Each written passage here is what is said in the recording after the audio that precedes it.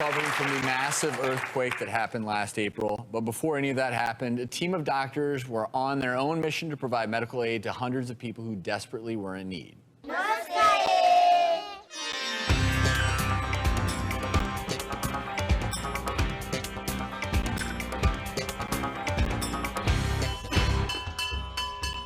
Nepal is a country of extremely poor people.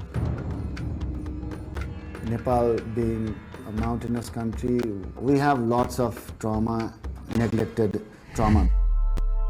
यस्तो 14-15 वर्ष थियो म चाहिँ मेरो बुवा मर्यो सानो उमेरमा बुवा मरेपछि आमाहरूले पहिले गयो अनि दाइ भाउजूहरूले मलाई हेला गर्यो म सानो उमेर थियो अनि त्यो सर्भर टोकेर अनि मजाले बेसगरी कसेर राख्यो मलाई हस्पिटल ल्याइदिएन अनि त्यसबेला म सानो थियो हस्पिटलको त्यति चलन पनि थिएन अनि मलाई बाँधेर राखेर आयो त्यसरी नसा खुम्चेर गएछ People having deformities, clubfoot, hospital में जलन भेले उल्टे बच्चा होइले a lot of foot and ankle disorders. When I was 1.5 years, my leg was paralyzed. It was polio.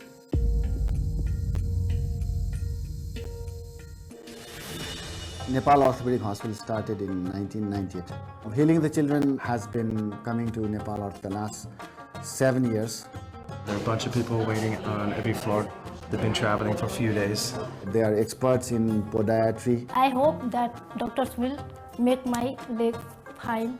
They are doing it for free. Patients are benefiting enormously. Sanju had polio when she was younger. She's having pain because her foot is teetering on the outside.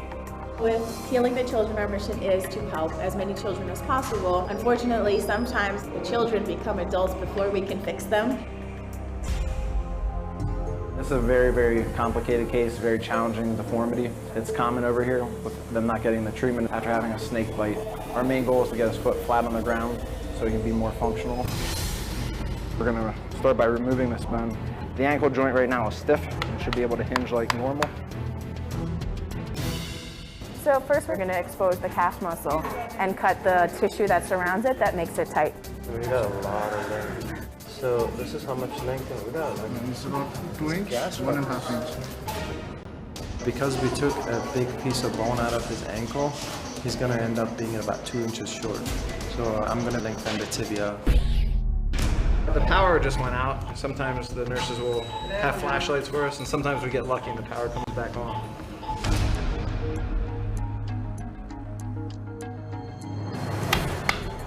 The bone is separating.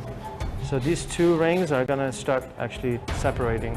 The body tries to repair the bone. It continues to grow and elongate this bone. He has a functional foot, and I think he's going to be able to fit in those shoes.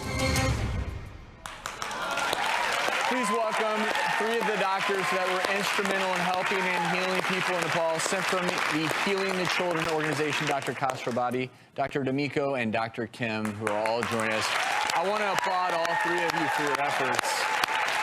You know, and I think that tape piece tells it all. And if we did a follow-up story, you know, we heard so many of those patients are doing well now, and that this is something they dealt with their whole lives. So I congratulate you, and I'm sure it was life-changing for all of you as well. The last update we got, our snakebite patient, he's been walking without a limb. He's able to put his feet down, and he hasn't been able to wear a shoe for 15 years. And I think Dr. Kim promised him to send him some shoes. I think he's going to do that. The surgery took us a few hours to do. He's going through months of rehab, and his main goal is to get his foot flat on the ground so he can be normal. When I go back, I'm going to get him those shoes, and that's going to be really. That's what it's all about, helping people with functionality. And